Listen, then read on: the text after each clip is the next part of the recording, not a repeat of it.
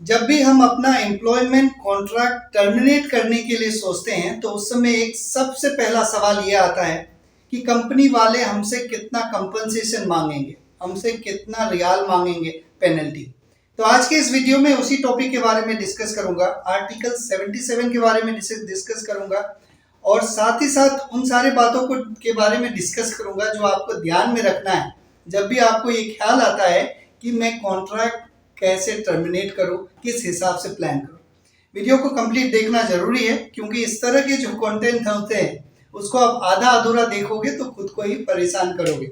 इस चैनल को अगर आपने सब्सक्राइब नहीं करा है तो सब्सक्राइब कर लीजिए। ये एक डेडिकेटेड चैनल है आप लोगों के लिए, सऊदी लेबर गाइड के नाम पे। ओके, तो चलिए शुरू करते हैं सीक्वेंस में।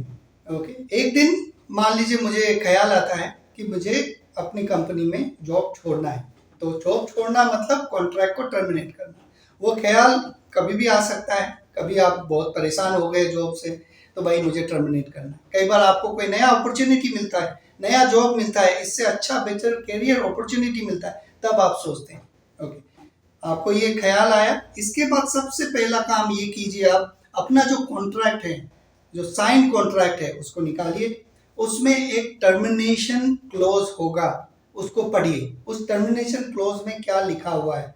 ओके, टर्मिनेशन क्लोज में 3 बातें लिखा होता है।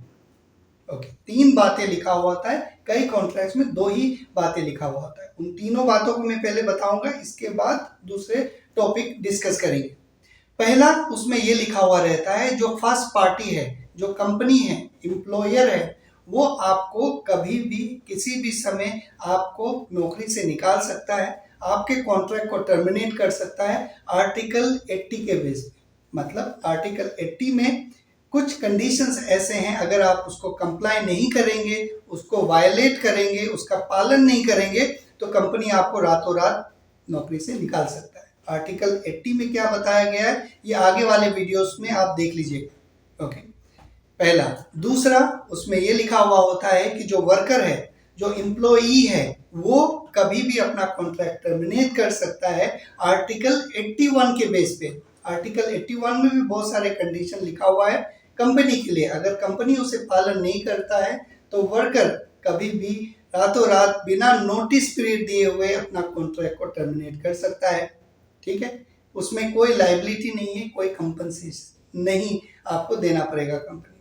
तीसरा, ये बात लिखा हुआ रहता है म्यूचुअल कंसेंट से, आर्टिकल 74। उसमें ये बताया गया दोनों पार्टी आपस में बात कर लेता है और कॉन्ट्रैक्ट को टर्मिनेट कर लेता है, उसमें भी कोई लायबिलिटी नहीं होता। ये 3 बातें लिखा हुआ रहता है। और चौथा, एक और बात लिखा हुआ होता है कंपनसेशन के बारे में, कि अगर कोई भी पार्टी कॉन्ट्रैक्ट्स को बिना वैलिड रीजन का अगर टर्मिनेट करता है, वैलिड रीजन नहीं, ये नहीं हुआ कि मुझे भाई कहीं दूसरे जगह अच्छा नौकरी मिल गया, ये कोई वैलिड रीजन नहीं है। वैलिड रीजन का भी एक लिस्ट है, वो भी मैं आपको आगे किसी वीडियो में बताऊंगा। अभी ये समझ लीजिए कि अगर आप कॉन्ट्रैक्ट किसी भी वैलिड रीजन से, या फिर आपकी कंपनी आपका कॉन्ट्रैक्ट किसी भी वैलिड रीजन से टर्मिनेट करता है तो जो पार्टी नुकसान में होता है उसे कंपनसेशन देना पड़ता है। अगर आपने कॉन्ट्रैक्ट टर्मिनेट करा है बिना वैलिड रीजन से तो आपको कंपनी को कंपनसेट करना पड़ेगा। ओके, कंपनसेट मतलब हर्जाना देना पड़ेगा in the form of riyals. अगर कंपनी बिना किसी कारण से, वैलिड कारण से अगर कॉन्ट्रैक्ट को टर्मिनेट करता है तो कंपनी वाले आपको कंपनसेशन देंगे। ठीक है, तो ये सारे टर्मिनेशन क्लोज में लिखा होता है, इसको पढ़ लीजिएगा जब वो ख्याल आता है आपको कि कॉन्ट्रैक्ट टर्मिनेट करना है।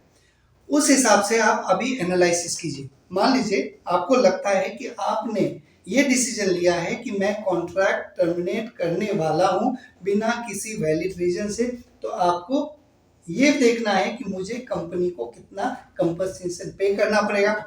अब वो कैसे देखेंगे, आपको कैसे पता चलेगा? कई एम्प्लॉयमेंट कॉन्ट्रैक्ट में ये कंपनसेशन अमाउंट क्लियरली लिखा हुआ रहता है कि भाई 2 सैलरी आपको कंपनी को देना पड़ेगा। ओके, कई कॉन्ट्रैक्ट में ये कंपनसेशन अमाउंट क्लियरली नहीं लिखा होता है। अगर कोई भी चीज अगर क्लियरली नहीं लिखा हुआ है तो वो चीज सऊदी लेबर लॉ के जो आर्टिकल्स है उसके हिसाब से डील किया जाएगा। ये भी लिखा हुआ रहता है लास्ट पेज या सेकेंड लास्ट पेज में एक लाइन। ओके, तो अगर आपका कंपनसेशन नहीं लिखा हुआ है तो ये मान के चलिए कि आपको सऊदी लेबर लॉ में जो आर्टिकल है जो बेस्ट फिट बैठता है उसके हिसाब से आपको कंपनी को कंपनसेट करना पड़ेगा। वो कितना कंपनसेट करना पड़ेगा, वो सारी बातें आर्टिकल 77 में लिखा हुआ है। आर्टिकल 77 में 3 क्लोज हैं, क्लोज 1, क्लोज 2 और क्लोज 3। क्लोज 1 उन लोगों के लिए है जिनका इनफाइनाइट कॉन्ट्रैक्ट है, जैसे कि सऊदी के सिटीजन्स।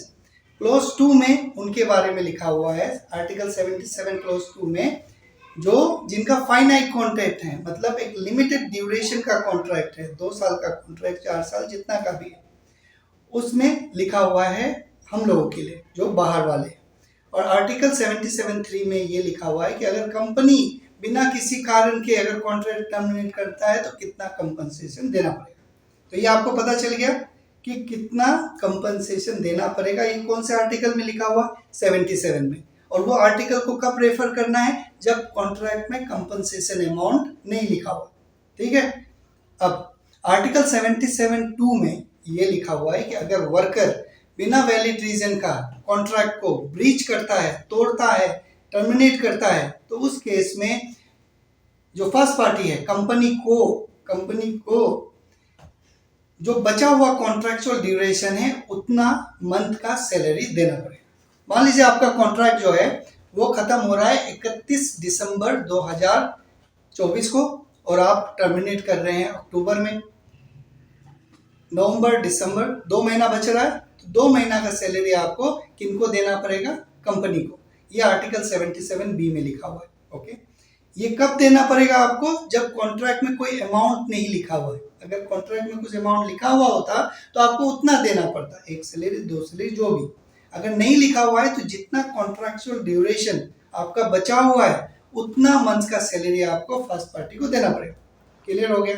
अब कई बार कंपनी भी कॉन्ट्रैक्ट टर्मिनेट कर देता है बिना वजह से, तो उस केस में कंपनी के लिए भी रूल्स एंड रेगुलेशन है कि कितना अमाउंट कंपनसेशन देना पड़ेगा वर्कर को। वो आर्टिकल 77(3) में लिखा हुआ है। उसमें क्या लिखा हुआ है कि जो कंपनी है उसको 2 बेसिक सैलरी वर्कर को देना पड़ेगा अगर कंपनी बिना वैलिड रीजन से अपना कॉन्ट्रैक्ट टर्मिनेट करता है। ठीक है, तो ये सारे चीजें आपको ध्यान में रखना है। जब भी आप ये सोचते हैं कि मैं कॉन्ट्रैक्ट को बीच में ही तोड़ूंगा, तो आपको ये सोचना है कि तोड़ तो दूंगा मैं, लेकिन कितना देना पड़ेगा कंपनी को, कैसे चेक करें। कॉन्ट्रैक्ट में लिखा हुआ है इतना, तो हाँ इतना देना पड़ेगा। नहीं लिखा हुआ है तो आर्टिकल 77 देखना पड़ेगा कितना अमाउंट बचा हुआ है।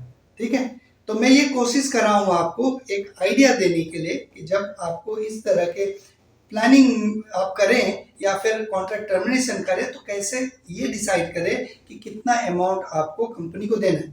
जो लोग वीडियो को कंप्लीट देख रहे हैं उनको समझ में आएगा और वो बिना मतलब का मुझे व्हाट्सएप में यही सवाल नहीं पूछेंगे। अगर आप मुझसे यही सवाल पूछते हैं तो मैं बिल्कुल भी जवाब नहीं दूंगा।